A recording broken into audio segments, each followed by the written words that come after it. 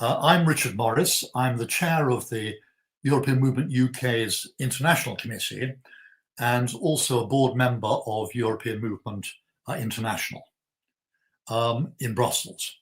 And I'll be chairing this evening's webinar, which is on the subject of the rise of the far right across Europe. How deep and widespread is the threat to democracy?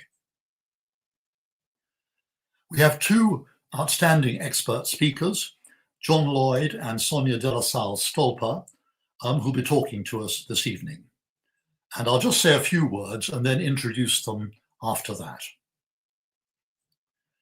I think the importance of our subject matter is evidenced by the exceptional level of attendance this evening. All of us pro-Europeans are profoundly shocked by the linked geopolitical developments of this year: Trumpism, the growth in autocracy around the world, and the rise of the far right, which attack the fundamental democratic values by which we've all lived most of our lives, and which indeed have underpinned the West and the EU for most of our lives. Despite continuous debate, there are no easy or short-term solutions. None have emerged. At the European Movement UK, this debate continued yesterday evening at our National Council and concluded with a resolution to widen our objectives beyond simply rejoining the European Union, so as to embrace the support and promotion of democratic institutions, the freedoms and values across Europe, and forming whatever alliances are necessary for this purpose. So a major widening of our mission in response to these extraordinary geopolitical changes. Now, a prerequisite for the achievement of these wider objectives is a deeper understanding of what is really going on in Europe. And this is what our speakers tonight will address. How deep and widespread is the threat from the far right? What are the political trends? What are the impacts on European identity, values, and European integration? And what are the responses from the media and political institutions? And are there any solutions in sight? So enormous questions we face. Just a bit of housekeeping now. Each speaker will speak for around 20 minutes, followed by a brief discussion with me in each case. And we'll aim to start the question and answer session around 7 o'clock, and then to wrap up the webinar at 7:30. You can address questions to the speaker in the chat as from now. But if you could please, and we'll certainly try to answer as many of those questions as we possibly can. When typing in your question, it will be helpful if you'd say which speaker you're addressing in particular, or indeed whether it's designed for both speakers. We'll be bringing the questions up onto the screen during the Q&A session. If you can't put your question in the chat for accessibility reasons, then you can email it to events@europeanmovement.co.uk. That's events@europeanmovement.co.uk. Please also know that this webinar is being recorded and we're streaming live right now on YouTube. The webinar will be available on the European Movement's YouTube channel from tomorrow, and we'll be sending the link round when it's ready. So let me just tell you briefly about our speakers. Our first speaker, who's been having a little bit of difficulty actually joining us, but I'm hoping very much is with us now, is John Lloyd. In 1977, John Lloyd embarked on his career-long connection with the Financial Times. Having begun as an industrial reporter and Labour correspondent, he later became East European editor, and then from 1991 to 1995, Moscow correspondent. John has also served as editor of The New Statesman and also as a columnist for The Times. In 2006, he co-founded the Reuters Institute for the Study of Journalism at Oxford University, where he's an associate fellow of Nuffield College. Alongside his journalism, John has been a prolific author on politics across Europe over 40 years. His books include Loss Without Limit, the British miners' strike, Rebirth of a Nation, which is an anatomy of Russia, What the Media Are Doing to Our Politics, Reporting the EU, that's news, media and the European institutions, The Power and the Story, and more recently, Should Old Allegiance Be Forgot? The Great Mistake of Scottish Independence. John is currently hard at work on his new book, whose subject matter matches the title of our webinar this evening, The Rise of the Far Right Across Europe. He could hardly be more qualified to talk to us this evening, and that book will be published next year. Our second speaker is Sonia Delesalle-Stolper, who is the chief foreign editor of the French daily Libération.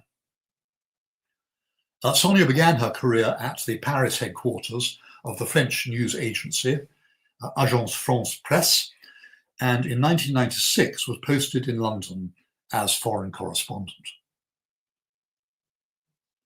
In 2009, she became UK and Ireland correspondent for Libération.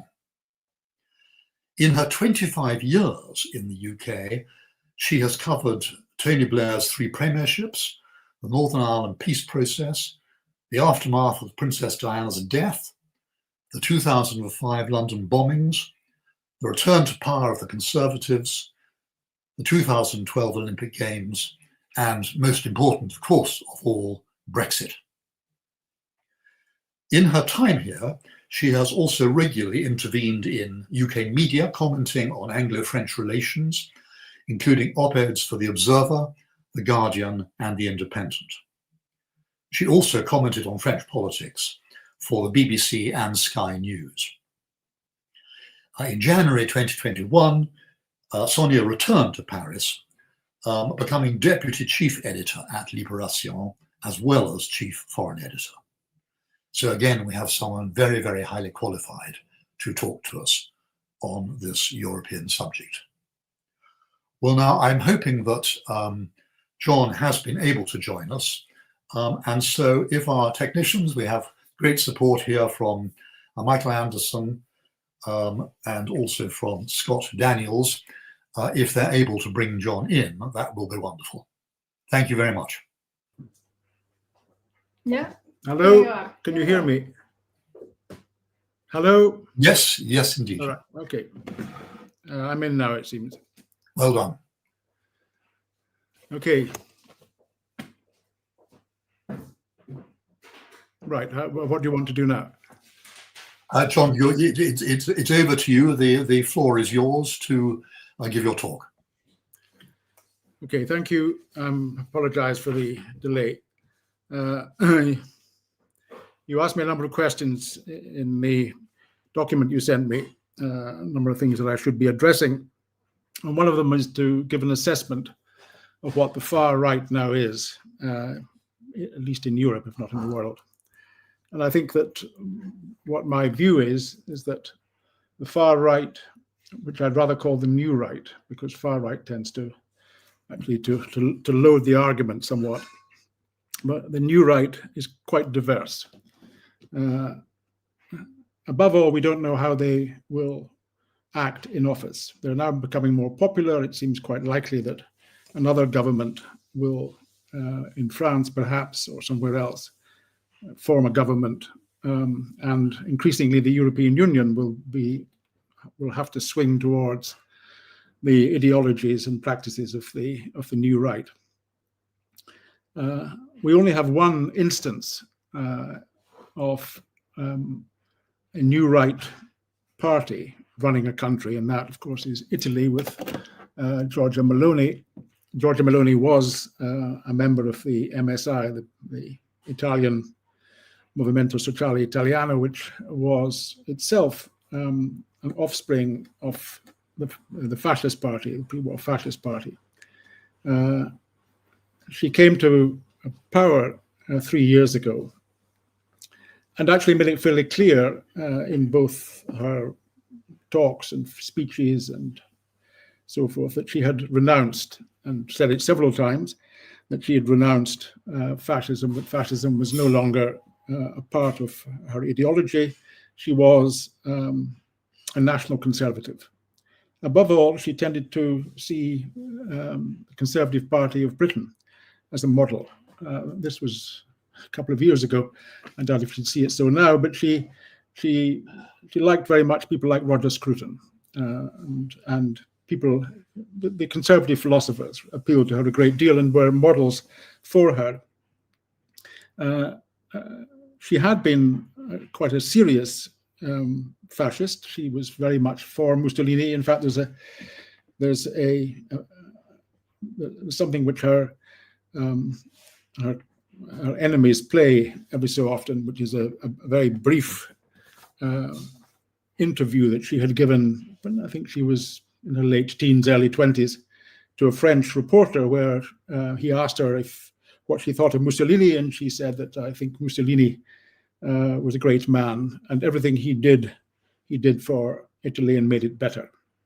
So that's her past. It's a matter of quite a good deal of dispute how far she has changed. I would tend to think that she's changed a good deal, partly because for her and for others, as I'll say in a minute, democracy is the only way forward. It's the only way forward because they're actually winning in democracy, in democratic countries. They're going up. Certainly in Italy, she is popular. She remains about 9 or 10% ahead of the Partito Democratico, the center-right, center-left party, and no other party comes close. She has made a point of becoming friendly with Trump and his vice president, J.D. Vance, and sees them, I think, as people who can give Italy a hand up in the international party scheme of things. And she's been successful in that. At the moment, the GDP of Italy is almost exactly the same as that of the UK, and of France, a little behind France, but not very much. And the economy of Italy, which is not great, but it's certainly a bit better than when she took over. Above all, she has, in the last 3 years of her period in office, she's brought stability. And recently she gave a little talk about how the Telegraph, the Daily Telegraph, had said, it was a columnist there had said he thought about going over to Italy in order to get to a stable society, and she thought that was a great compliment. So she is in power. She has, however, not taken a very strong line on any of the things which the old far right regarded as important. Especially, she hasn't tried to leave the European Union. And I think she's done that partly because she gets a good deal of money from the European Union, but also because she sees that the European Union is quite popular, even with those people who vote for her. So for the moment, she's leaving it as it is. She's been really friendly with people in the higher reaches of the European Union, and I think will continue that as long as it's possible. It's a double act, really, to be very friendly with Trump and Vance, and then to be very friendly with the senior people in the European Union. But so far, she's carried it off with some brio.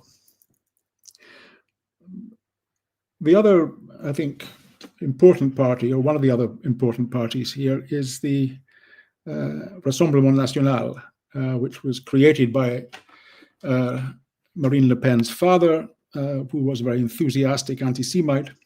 She has taken the party away from that quite firmly, I think. And indeed, she fired her some years ago, fired her father from the party. He still remains around in late 90s, and occasionally you can get a squib from him, but she's very much in control, together with a very young man who joined the party, the Rassemblement National, about 10 years ago, a little less perhaps, a man called Jordan Bardella, who's partly Italian, partly French, grew up in France, joined partly because he was enthused by Marine Le Pen, and essentially they have a tandem. He runs the party, she goes out, she's the leader of the quite large Rassemblement National in the Assembly, and at the moment, at least, she or him will become the president of France. They're way ahead of everybody else. Doesn't mean to say that they will manage to remain that way. There's another almost 2 years, little less than 2 years until the next election. But, and the other complicating factor for her is that she was found guilty of misusing European Union funds and then disqualified from running for the presidency. She's appealed that.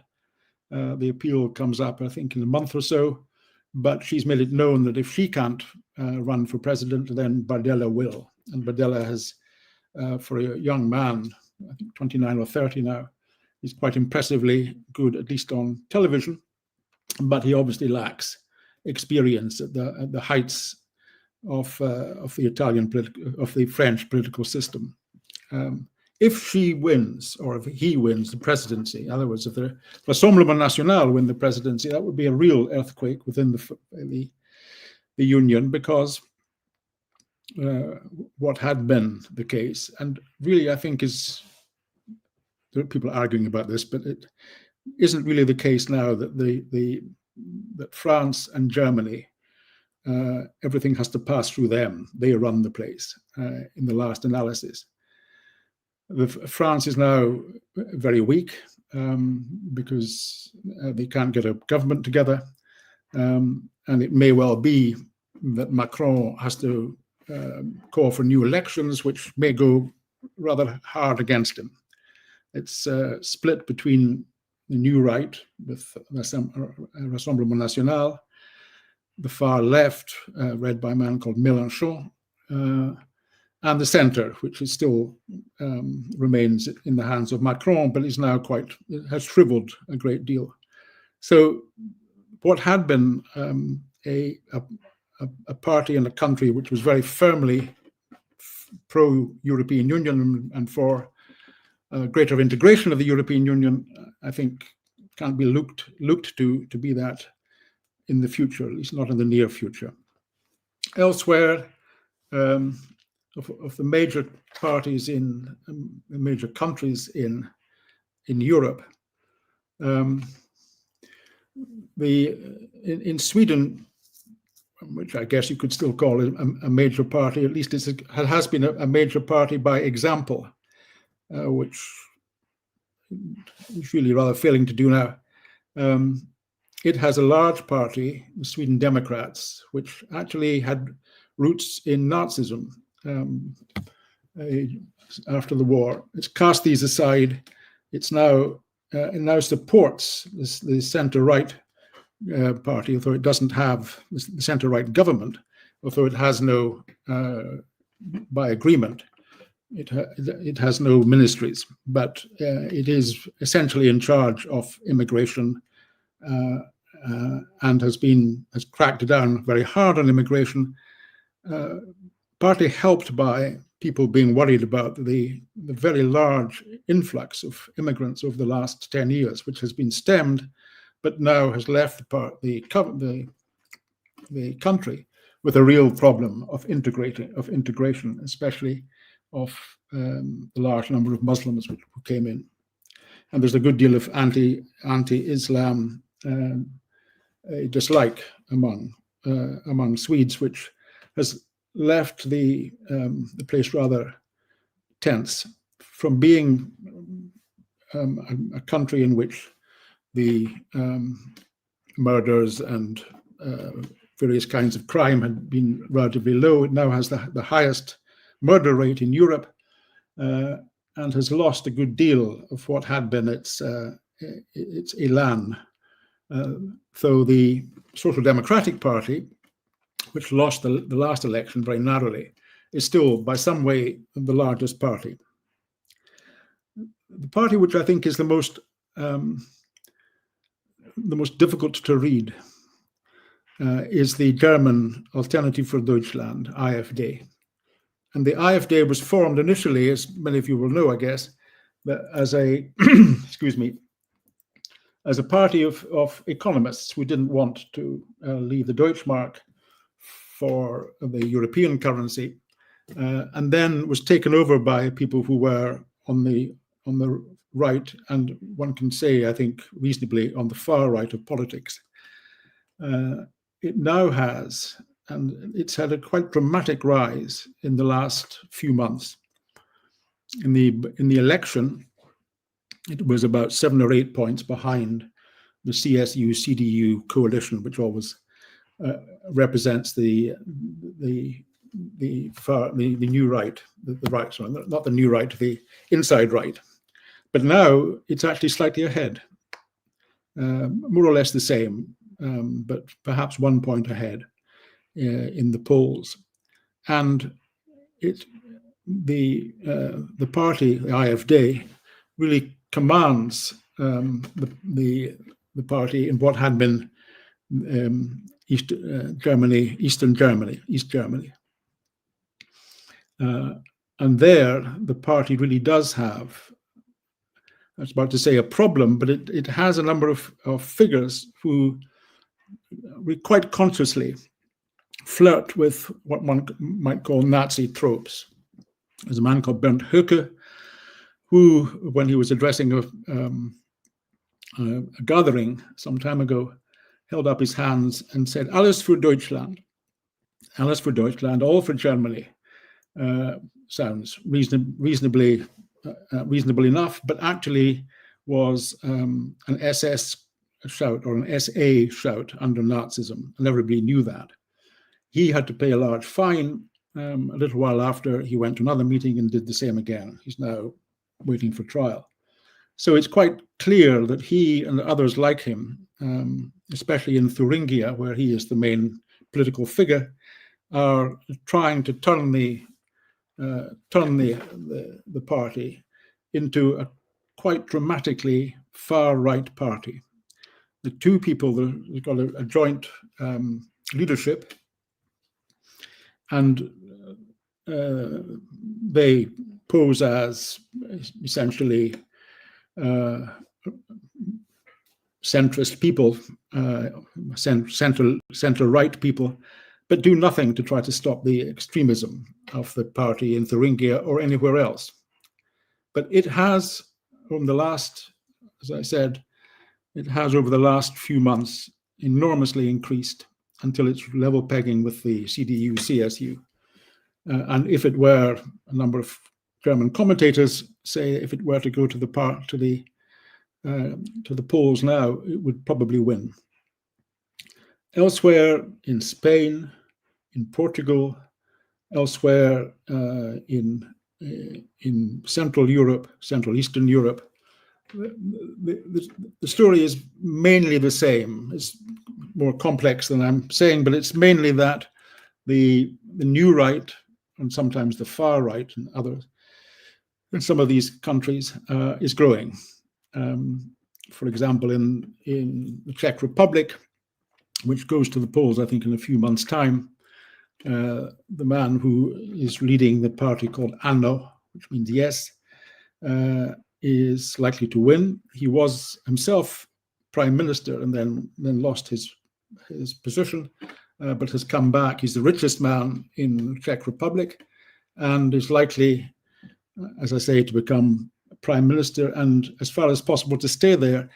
And he has made it a point when in his campaigning of agreeing with Trump and seeing the Czech Republic as a place where the MAGA movement could grow, and could become what he thinks would be the main political engine within the Czech Republic, which is small but influential, or has been influential. At the moment, it seems it will go that way, as will others in Central Eastern Europe. Hungary remains in the hands of Orban, but there actually there is some change.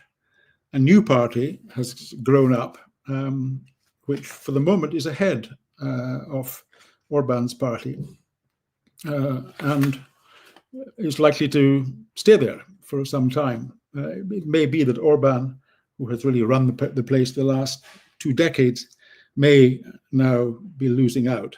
He will do everything to stop that he can, but it may be that a new party, led by a youngish man who himself had been a member of Orban's party, will have enough energy within it to change things, though his program doesn't seem to be hugely different from that of Orban's. So it may mean that what Orban has done in ensuring that the media was largely on his side, he may make some changes there. It's hard to say. The other last place one would want to, there are a number of other places one would want to talk about, but the one which I think is in Central Eastern Europe, which is the most important moment, is Poland. And Poland had, for some years, a party which was not so much far right or new right, but actually somewhat religiously based, PIS, and it ran the place for some time, and then a new party came, run by a man who himself had been a large figure in the European Union, and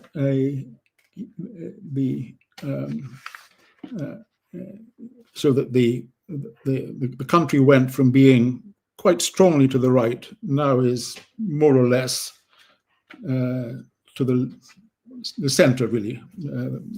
The new group was taken over and leftists, but they are liberal centrists. However, what's happened there too is that a new party has grown up, Confederacja, and it's challenging the ruling party, the Civic Coalition, and is growing quite strongly. It's around about 15%. People in Poland think that it may make common cause with PIS. At the moment, PIS is remaining away from it because distant from it, because it's a raucous and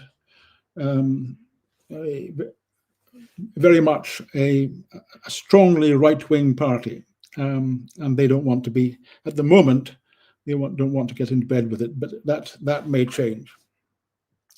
Richard, I can go on to other issues that you want me to address, but do you want to stop there and have a discussion? Hello? Hello? I'm afraid you're muted, Richard. Sorry about that. There you are. Yeah. Yes, I was saying that I think perhaps we ought to move on as time is moving on a bit. But could I just ask you one question, John? That very interesting to hear, of course, about all these individual countries and for your assessment as to the danger and threat from each of them. I'm thinking about Anne Applebaum's recent book on Autocracy, Inc., where the implication was that there was a lot of activity amongst these different far-right parties across Europe to collaborate and assist each other. Do you have any evidence of that, or do you see them all as really acting very largely just in their own spheres? It's a good question. The man that had been a kind of central fact for the new right parties was Orban of Hungary. And though a relatively small country, he cut then, and still to a degree does, cut quite a large figure. And people like Meloni, before she turned around, was very much inspired by him, and so were others. But other than that, they tend to operate in themselves. They are, after all, nationalists, not internationalists, so that they're mainly about their own country. And there isn't yet, I think, the beginnings of some kind of growth within the European Union and the various parties of the European Union. But even there, the new right parties of Europe are in different European Union parties, and often find it difficult to cooperate.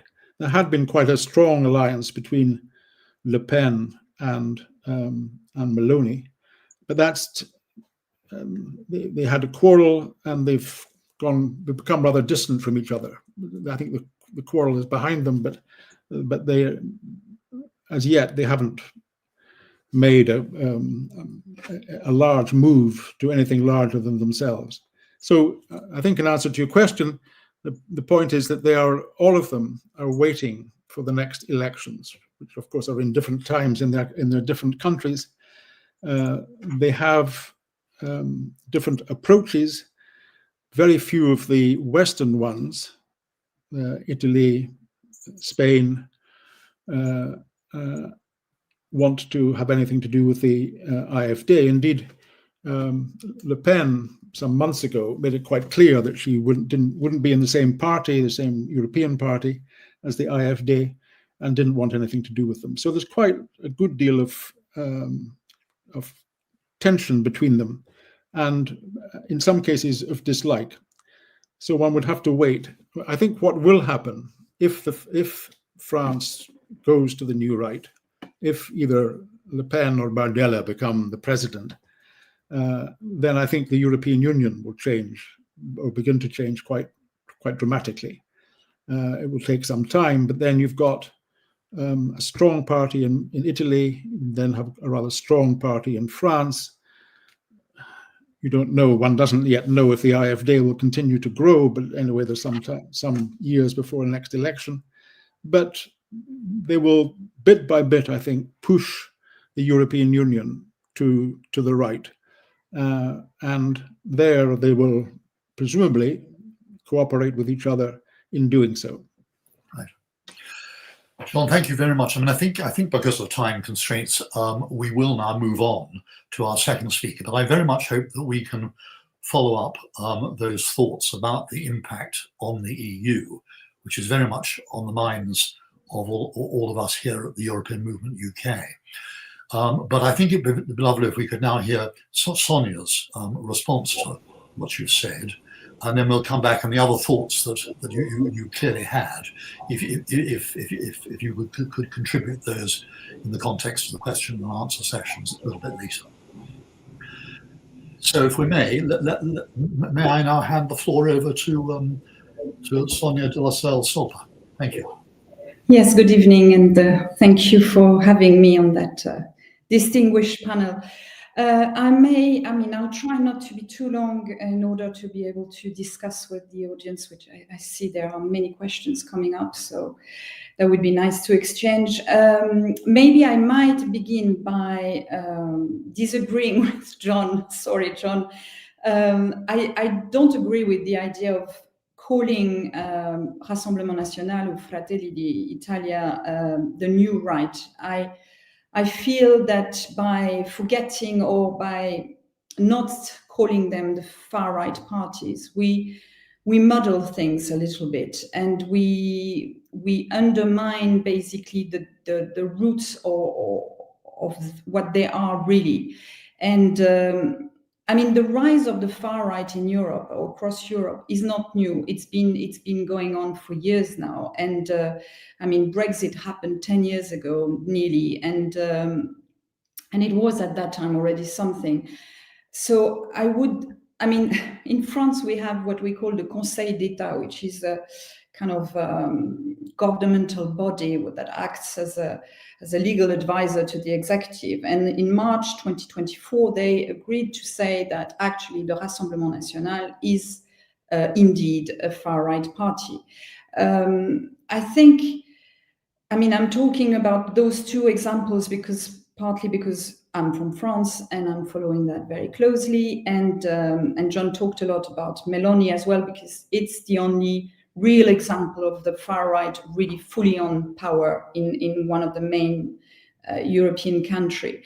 The second thing I disagree on with John is I am not convinced that Le Pen will manage, or Bardella, if she can't stand, will manage to be elected at the next presidential election. It might happen, of course, but I still think, and maybe I'm an optimistic, but there are rooms for not having them arriving as at the presidential election. Many reasons, but mainly I should begin by explaining why I think Meloni's party and Le Pen's party in France are both from far right, because I think they are still arguing, I mean, they haven't changed the core of their beliefs. So they still argue for the national preference. They still criticize the system, which is the democratic parliamentary system, even if they play within its rules for now. But Meloni, I mean, and John was talking about Italy, economies, Italy being better and everything. All the reforms who are now benefiting in Italy, being the pension reform or the work reform, they were all done before Meloni arrived to power. So basically, she hasn't done much. If you look carefully about what she has done in terms of reforms or anything, she hasn't done much over the last years. And basically, I think, yes, her and Marine Le Pen as well have been kind of going into mainstream and looking much more reasonable than the parties before were looking. But they haven't condemned as well their past. There hasn't been a real reconsideration or where their party began, what they did. I mean, Meloni has said fascism belongs to the past. She hasn't condemned it. She said it's a story of the past, fascism. And Le Pen hasn't, I mean, she did push away her dad who died last January, but she hasn't come back on pro-colonization or the collaboration during the Second World War. And so the mainstream ideas are very fine to look from the outside, but if you look a bit more carefully, it's the same. Meloni seems like pretty reasonable in terms of the way she presents herself outside and everything. But if you look carefully what is happening in Italy right now, she's tackling minorities. And of course, for the average Italian, doesn't matter because they don't see it, but it's more insidious, and it goes in the media, it goes in the cultural world, and all that make me think that we have to be very careful in the way that we talk about those parties, because that's exactly what they want. They want to be seen as completely mainstream parties. And you can argue mainstream party means because they have lots of seats in their own different parliaments. But I think it's not just that. It's as well a question of which values they are standing for and how they're conducting themselves, or what is really their agenda. I think one of the dislike, we were talking about the dislike on the wish not to be associated to the AfD in Germany. I think Germany is a bit backwards in terms of what is far right because of its history. For so many years, it was just impossible to even claim being from the far right in Germany. Now it has become much more open, and many reasons for that, and the Eastern Europe economic situation and everything. But the fact is, probably why Meloni or Le Pen or Bardella don't want to be associated with the AfD is as well because they are a little bit what they used to be, and they have been trying so much to hide that side or that history of their party that they clearly don't want to be associated with someone or a party or a movement which is overtly racist, anti-Semitic, and everything.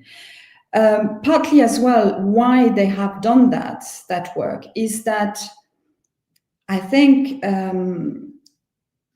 basically there is a taste of power and being confronted to reality and the exercise of power. In Meloni's case, it's that she is in power now. She's within a group of countries which are a group where you need to agree and compromise. John was mentioning as well the money, I mean, European money. Italy is the main beneficiary of the Next Generation EU that fund. I mean, it's a huge amount. It's nearly 200 billion euros for post-COVID recovery. And the funny thing is that Meloni's party abstained on the vote of that at the time of that fund. So now that she's in power, I think she has tasted it and is enjoying it. And so she is going on with the movement. As for Marine Le Pen, of course, she's seeing that France has had already 3 presidential elections where the far right was in the second round. Once it was Le Pen against Chirac, and the second times were twice Marine Le Pen against Macron, in 2027 and then 2022. And of course, as much as you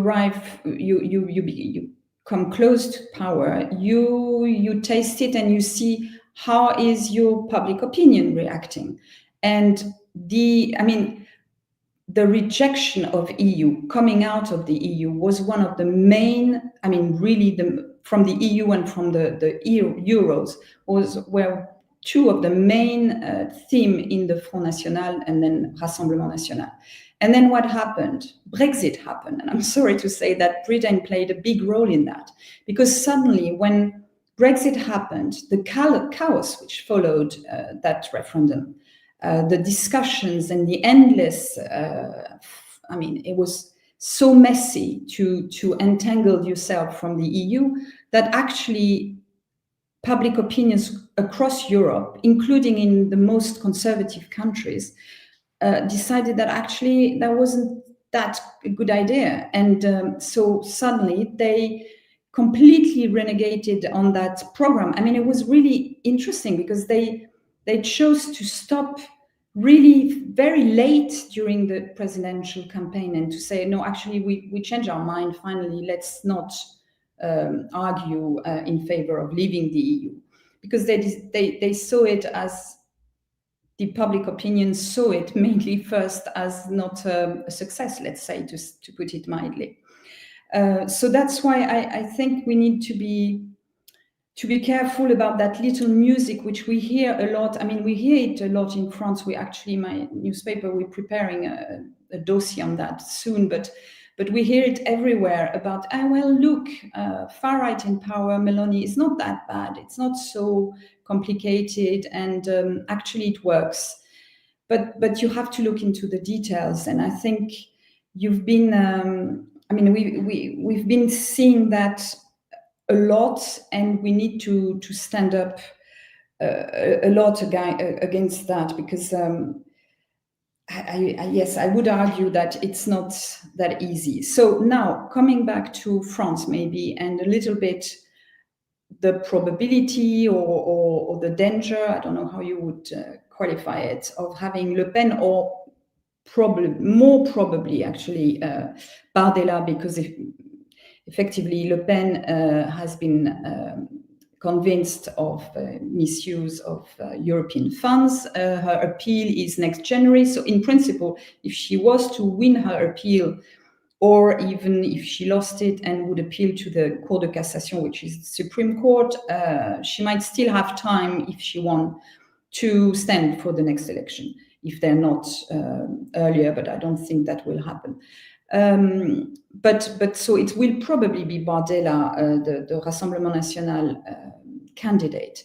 And there is one thing which we call in France the Front Républicain, which happened, the first time it happened was Le Pen against Chirac. That was 2022, when actually Jean-Marie Le Pen arriving in the last two was a huge surprise and a real shock in France. And there was that decision to form what they call the Front Républicain. All the mainstream parties decided to get behind Chirac and say, and appeal to the voters to say, we need to block the far right.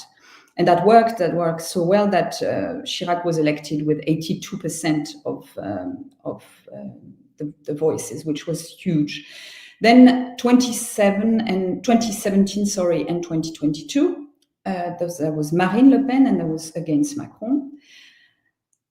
Macron won, and he won 66% in 2017 and 58% in 2022. So you could argue that, and it's true, that the Front Républicain has eroded itself. It has eroded for many reasons. One of them is I think the disappointment with Macron, because Macron played that role or game at that time in 2017 in saying, I'm not a politician. I've had a job before. And I'm not from the right, I'm not from the left, I just want to take the best from each party. And it was very seducing for many French voters. At the time, it was as well 1 year after Brexit, and he was very firmly pro-European. So that was as well something very appealing.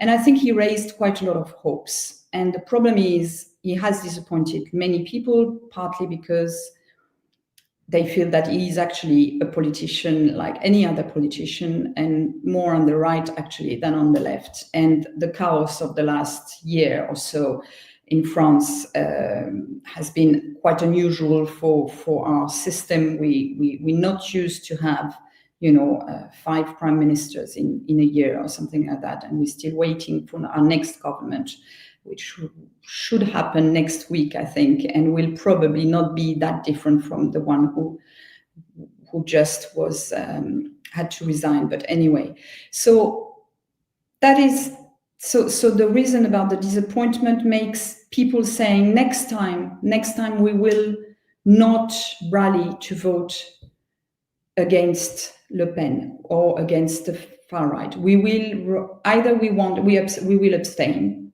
or we won't even vote for the far right, which is very frightening and scary. But we're not there yet. The problem is as well the electorate, the far right electorate, at least in France, but I think in quite a lot of other countries, has changed a lot. It's not anymore mainly white, working class man mainly. It's much more broader appeal, much more middle class. And I think it's as well, it goes with that feeling. I mean, if you look at the economic results of France, we still a very relatively well-off country. We have, I mean, it's not that French are that miserable. We have hospitals still working. There are problems, but I think there are many people or electors who feel that they're not being seen anymore by traditional politicians. So it goes together, that feeling of far right rising, because they have a populist, very simple discourse, and they will, tell you what you want to hear. And there is the disappointment with mainstream traditional politicians and parties. And I think that happens as well in the UK and in many other countries. And at least in France, one thing which is maybe the ceiling, and that's maybe where some hope is the question of competence, question of being confronted to the reality of being in power, being in the executive. And in the case of the Rassemblement National, there is clearly that question mark, which is there and which has until now often worked right at the last minute when you have to put your ballot in the box for the president. Because there is that question about, is Marine Le Pen competent enough? Does she know enough? Is she smart enough? I mean, I might be a bit rude, but I think that's the question about that. Is she smart enough to become president? I mean, the last two debates when she had to debate against Macron were terrible for her, terrible, because she appeared, it's not even that she didn't know her numbers or she wasn't well prepared, that was her excuse, but it was clearly difficult for her. And the problem with Bardella, he's very soft-spoken, he's nice and well, adjusted, and he's quite good, as John was saying, quite good at discussing on TV and everything. But anytime you go further and you ask him specific, really not difficult, but just specific questions about what they would do, on how would they address that problem or that problem, then you can see, and you can argue he's young, blah, blah, blah, blah. But clearly that is something which is a problem for these parties. And I think specifically in France, you see the economic world, it looks at that with quite a lot of caution, I would say. So I think that's one of the reasons why I think, or I hope maybe, that Le Pen or Bardella won't win the next election. I mean, even last year when we had that dissolution, so when Parliament was dissolved by Macron as a surprise and angry gesture because his party had lost the European election, and which took everyone by surprise. And we basically had 3 weeks of campaign before going to the ballot box in the middle of the summer when every French is on holiday. And okay, I'm talking about cliche, but that's a little bit true. And they didn't win. The far right was really well. I mean, they could have. Everyone was expected a fantastic result, and actually they came third. And it was a frightening result if you look at our point of view, but it wasn't. They didn't win. I mean, the left bloc won the parliamentary elections, and then came the center and the presidential majority, and then after that came the Rassemblement National. And the fact is, we don't have a federal government, a federal system in France, as Germany has, for example, where they used to work in coalitions and compromise and work with each other. So we don't do that in France. We don't know that, actually. It's not that we don't do, but we don't know. So it's kind of difficult to adjust and find a way of going further. The last little bit I wanted to address, maybe because I'm a journalist and I'm very much into covering right now and looking into what we write about, being Trump, being the rise of the far right and everything. I wanted to address the role of the media and what we do or we don't do to tackle or to prevent the rise of the far right, because I really, really think we have a role to play. I mean, I think I said that to Richard when we were talking before that meeting. I remember very clearly being in the UK and covering Brexit and waking up every morning to the sound of BBC Radio 4 and having Nigel Farage's voice to wake me up, which was not super pleasant, I have to say. But the fact is, the feeling was that he was everywhere all the time.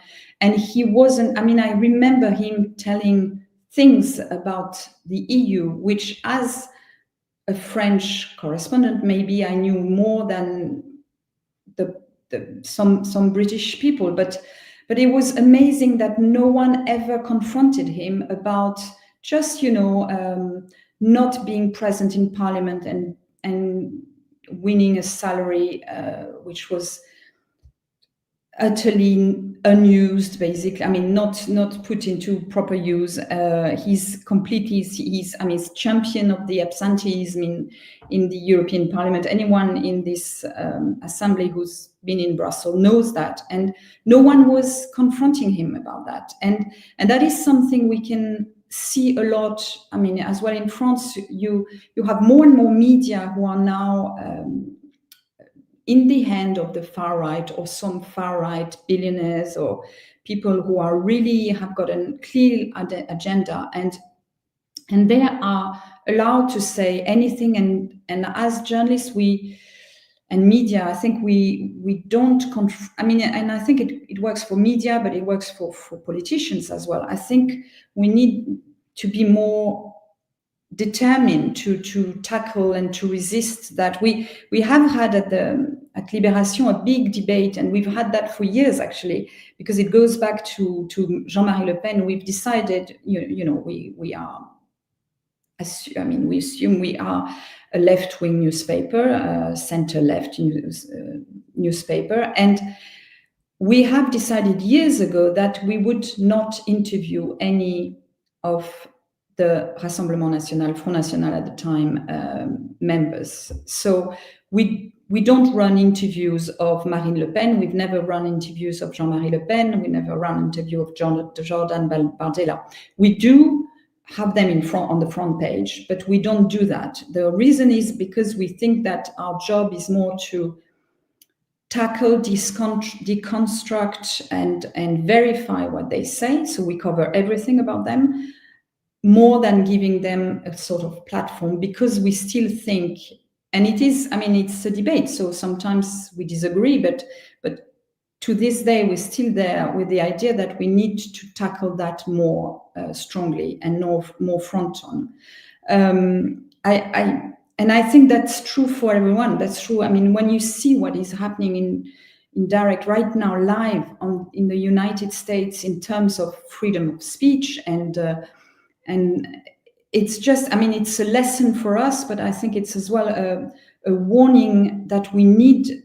And we need very soon to react. And sorry if I'm being a bit, I don't know, cheesy or something like that, but I do think that we need, I mean, media are more and more fragile, financially specifically, and we are in a way sometimes scared as well of being seen as not admitting that people are thinking differently from us. But the reality is that we are not tackling enough the lies and the false truth, and that we need to do it more. And I do remember that hate speech of because that's what it was, of G.D. Vance in Munich last year. I don't know if you remember, which was appalling, and which was kind of lesson to Europe how we should behave and how we should live, and it was a lesson about which values he thinks were what we needed to follow, and no one stood up, basically. I mean, of course, diplomacy was there, and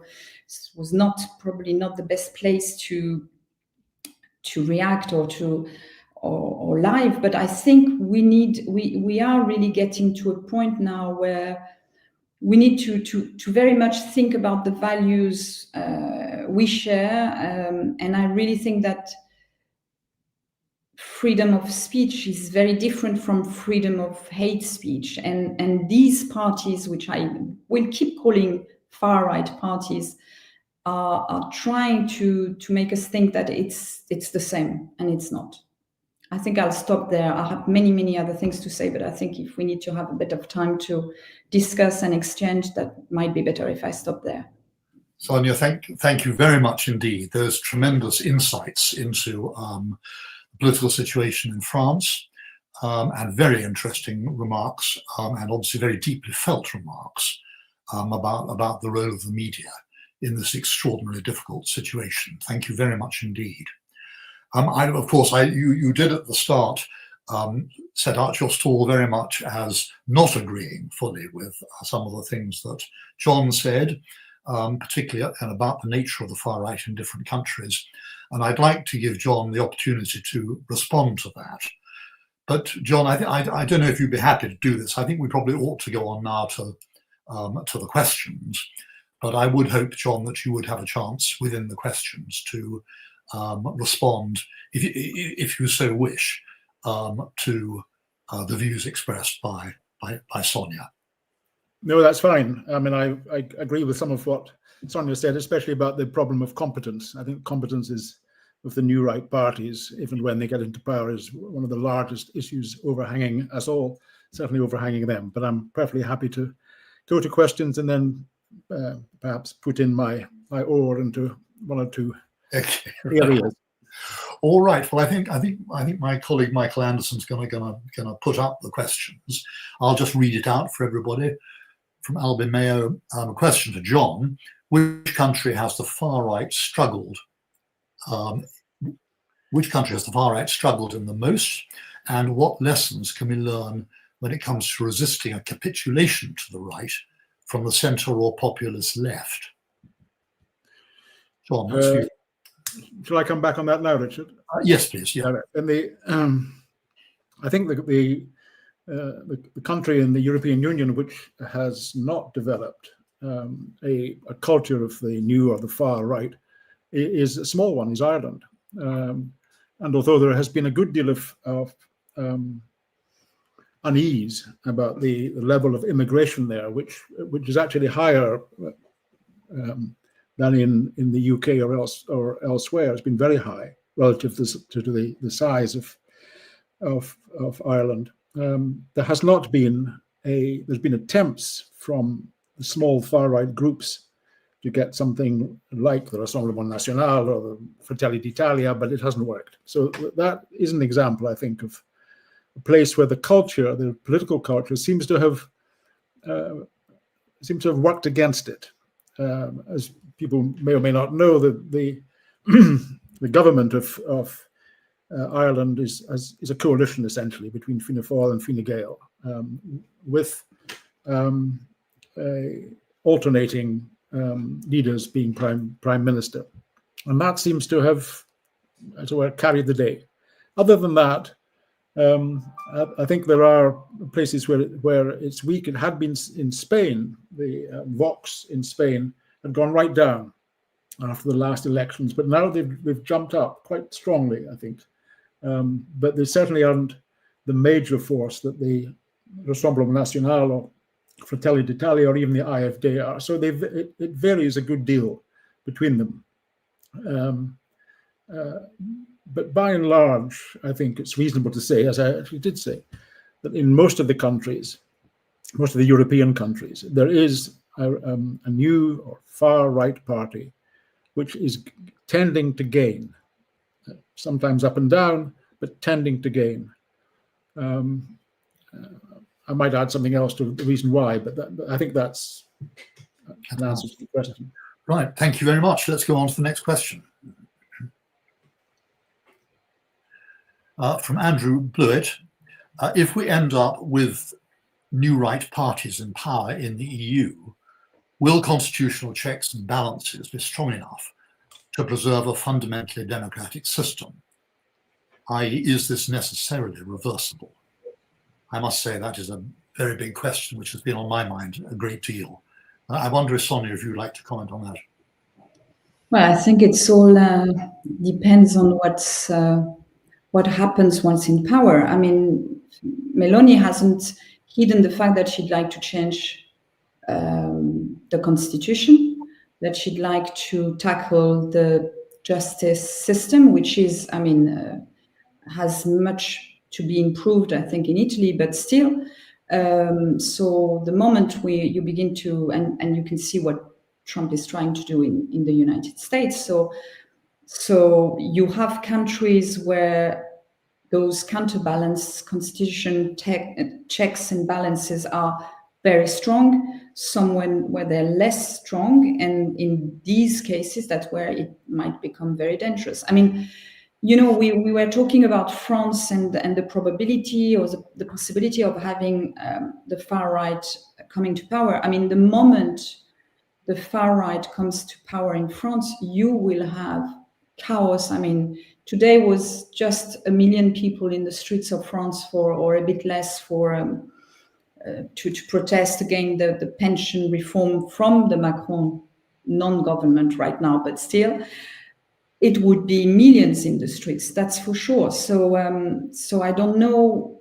I suppose it all depends on which countries and which system is already in place. But I think in some countries where it's still maybe a bit fragile in some Eastern country, but not only. That might be something to look at or to be scared of. John, would you like to add anything on that question? No, Sonia's, I think, covered it rather well. Just to say, as I actually alluded to briefly before, is that if you get a series of victories by the far or new right in Europe, then the change at European Union level will, I mean, Sonia's used the word chaos a good deal. I think it would certainly be chaotic within the organs of the European Union, because it's so much a liberal creation from its very beginnings in the late 1940s, and it remained so. I mean, it was highly idealistic, no more war, and especially between France and Germany, and it has remained idealistic. Getting a bit tattered these days. It's a bit stuck now. The European Union isn't really moving forward at all, and it may well be that it can't move forward anymore for a whole variety of reasons. What one sees now are the European Union countries disagreeing a good deal on issues like Ukraine, for example, but more than Ukraine. So it's kind of stuck. And that, I think, would benefit the new right parties, because what they are alleged, what they're saying is, we have the elan, we have the energy to make things different. And one should say, one should remind oneself that a large reason, perhaps the largest reason for the growth of the new right, has been working lower middle class people's disappointment, rage in some cases, with what the so-called liberal parties, liberal governments have given. Wages in many of these countries, mine, I think also Sonia's, and elsewhere too, wages and income for people working in lower middle class jobs has essentially been static. It's been pretty bad in the United States as well, one reason for the triumph of Donald Trump. And that I think, that withdrawal from globalization, withdrawal from the European Union, so on, it's not down so much to the new or far right, though they very often benefit from it. It's been this very large revolt, sometimes unconsciously, against what is being seen as liberal governments betraying the people who voted for them. And that isn't easily fixed. It isn't something which is terribly evident, and you haven't got a revolutionary situation a la Marx. But what you have got so far is a quite strong withdrawal from what had seemed to be a successful economy, which in the case of the UK ceased after the end of the Blair government, and has not picked up since then. And what we have now is a government which the members of whom all wanted to remain in the European Union, but are obliged to work within the bounds of Brexit. And so it's not chaos. I think the chaos in France, Sonia, if you'll forgive me for saying so, is worse. But it's not the best way to govern the country. I fear there are no simple solutions in either country or in Europe as a whole, because that's really what you're saying. No simple short-term solutions. Let's go on to our next question. From Jackie, are there any countries where centrist parties are gaining ground? John, would you like to have a go at that one? I'm trying to think of one. Well, I did mention Ireland. I think they gained a bit, not so much because and partly because there was no new or far right to come up against them, but also because Sinn Féin, now posing as a regular Democratic Party, began to lose out, and the votes tended to go to Fianna Fáil and Fine Gael. So that was one. I can't think of anyone at the moment except, no, I can. Spain, the Partido Popular is now quite strongly ahead of the Socialists. The Socialists are in government, of course. And if and when there is, when there is a new election there, the Partido Popular will, I think, combine with Vox and get a majority. Partido Popular is over 30%. As I said before, the Vox is up around about 15-16%. And the two of them have got wind in their sails at the moment for various reasons, including allegations of corruption. The socialist government is itself becalmed, and probably will have to have an election soon, and that for the moment seems to favour the centre-right party, the Partido Popular. There must be others, but I'll try to think of them for the next question. Any others that you can think of, Sonia? No, I was just thinking that in a way, Poland as well with Tusk was more centrist than, I mean, even if the president is still from the PiS party and does prevent some legislation changes. But yeah, I agree with John. We could say probably, Spain and Ireland, yes. Mainly, yeah. These are mainly the countries, yeah. Let's go on to the next question, please, Michael. From Simon Bailey. If mainstream parties now echo far-right positions on immigration, doesn't that risk normalizing extremism rather than challenging it? Sonia, what do you say to that? Yes, that's exactly what I was trying to say a bit earlier, because I think by that was one of the other reasons when I was saying we need to tackle more clearly, and we, the media, but the politicians as well, because for too long the mainstream parties, so the traditional conservative parties, or even the left-wing parties, I mean the Labour, the Keir Starmer's Labour has adopted some of those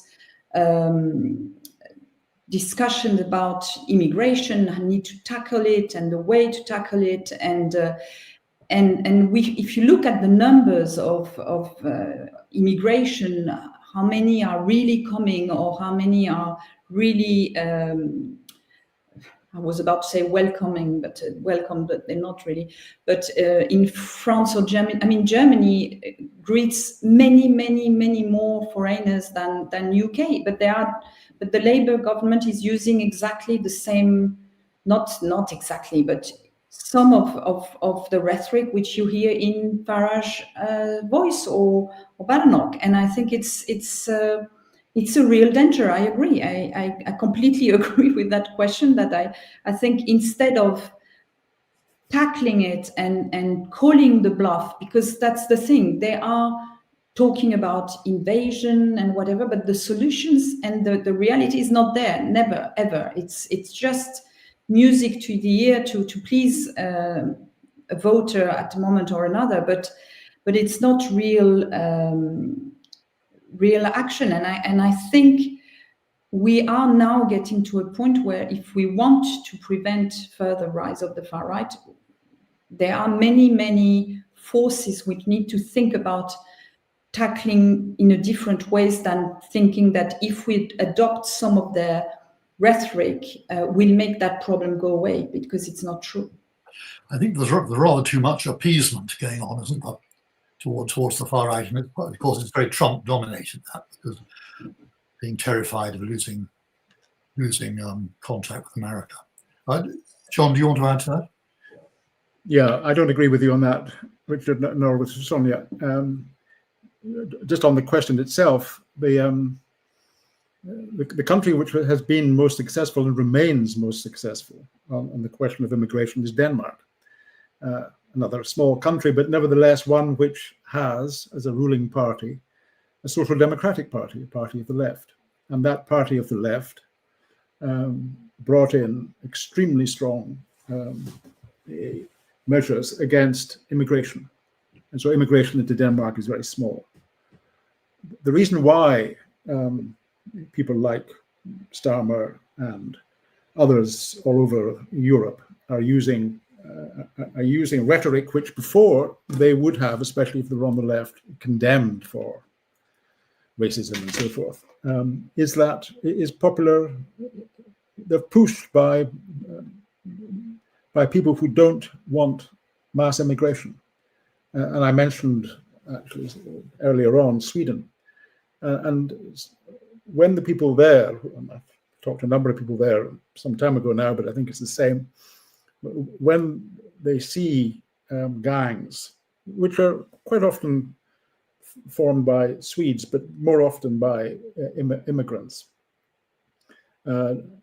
dealing in drugs and having battles, and as I said earlier, putting the number of murders in Sweden up to the top rather than at the bottom, they begin to mobilize against immigration. And the politicians, whether of the right or the left, center right or center left, have no choice but to follow them. As I said, especially for the liberals and the left, this is a terrible thing. The rhetoric is terrible. But everyone in the UK, the people who form the government, the cabinet of the Labour Party, the Labour government, were all quite strongly on the left. I don't mean far left, but quite strongly on the left, quite strongly liberal. And all of them have picked up that rhetoric. It isn't because they're evil or horrible. It's because they have no real alternative. If they want to stay in power, if they want to be elected from their constituencies next time, that's what they must do. In fact, in the UK, sending them back has been so far pretty unsuccessful. Indeed, this last week, one man was sent back in a plane to France, causing Nigel Farage great glee. But what the Home Secretary then did, who is herself a Muslim and quite strongly conservative within the Labour Party, she vowed that more people, whatever it takes, would be sent away from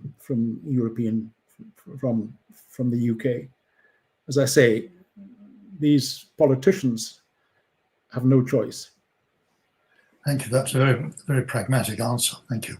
Well, can I just add one little thing?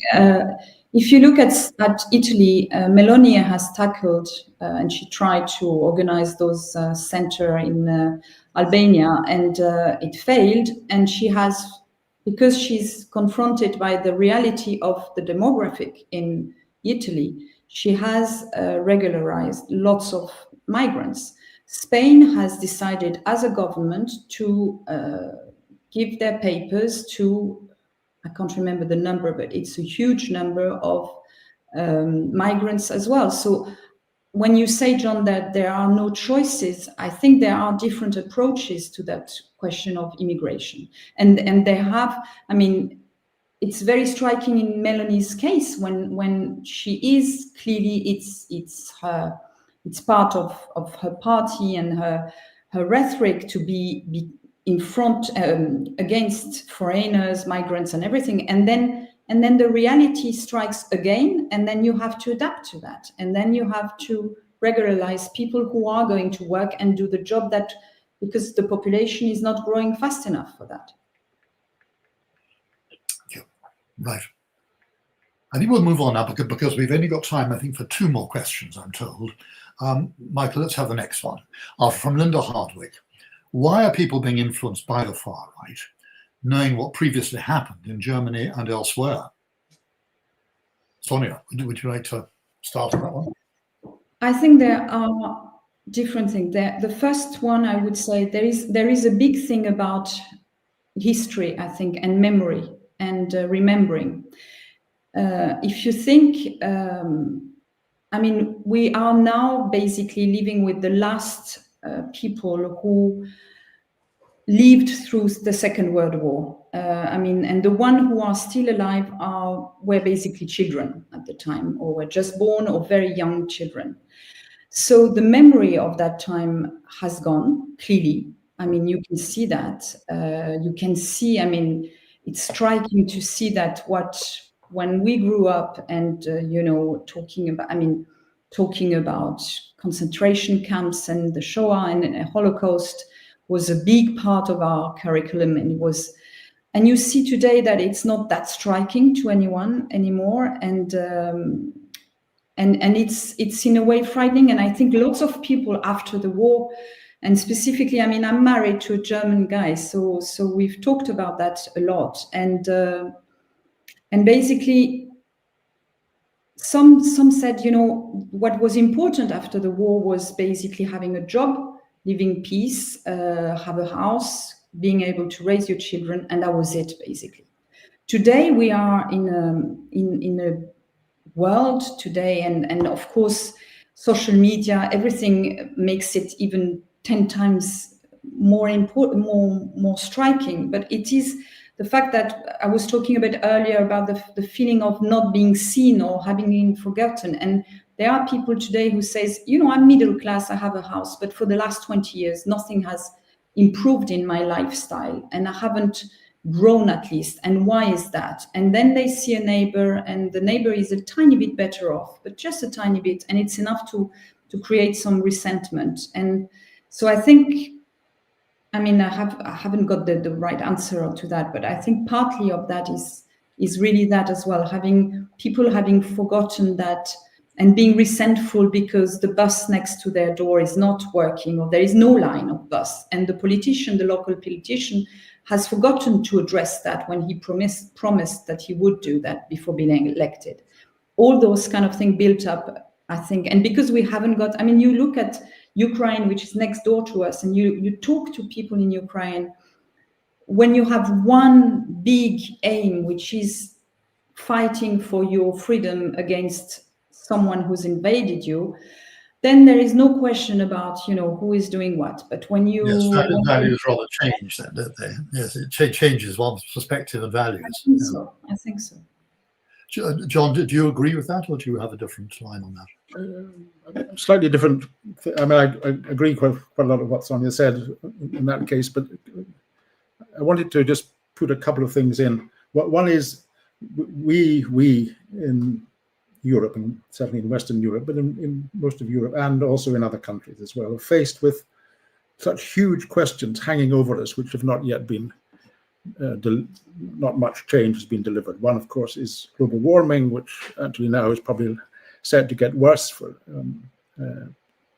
decisions taken both in Europe and in North America. But the other is that whatever happens with that, the number of people coming, especially from Africa, will tend tremendously to increase, and there will be people looking for a better life in countries where a better life is available. And what are we going to do about that? One of the issues is that we do a lot more for these countries, and that make them more pleasant for people to stay in. But there's no agreement on that, and it would take not just billions but trillions for it to be done properly.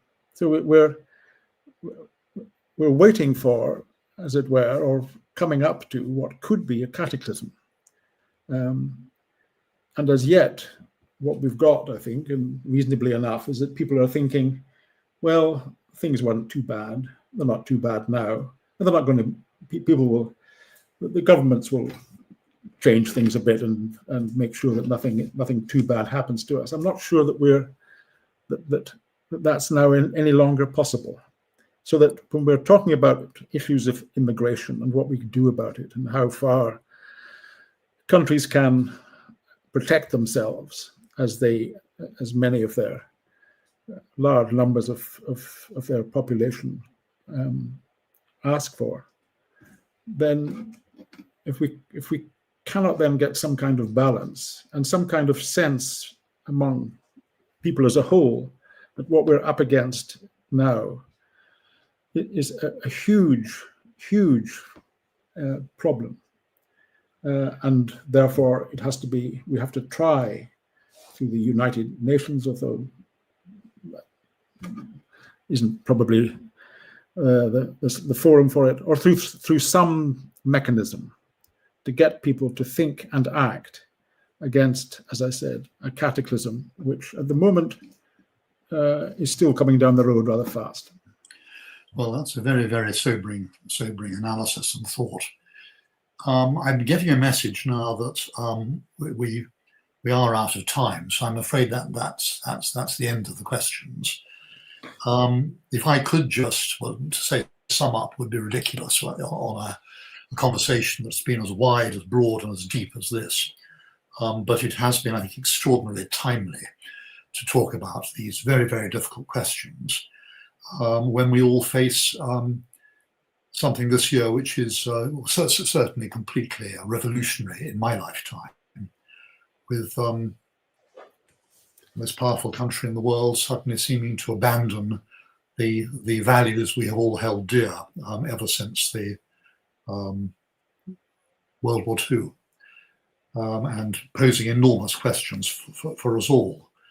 I think slightly more parochially, I think there is this tremendous difficulty with the European Union that the more the right-wing influence, far right-wing influence there, presumably the less integrated the European Union will become, and therefore the weaker it will become in relation to the other power blocks in the world, and therefore the sort of weaker the liberal democratic element in the world is liable to become. So I'm afraid we all seem to be ending on a somewhat gloomy note.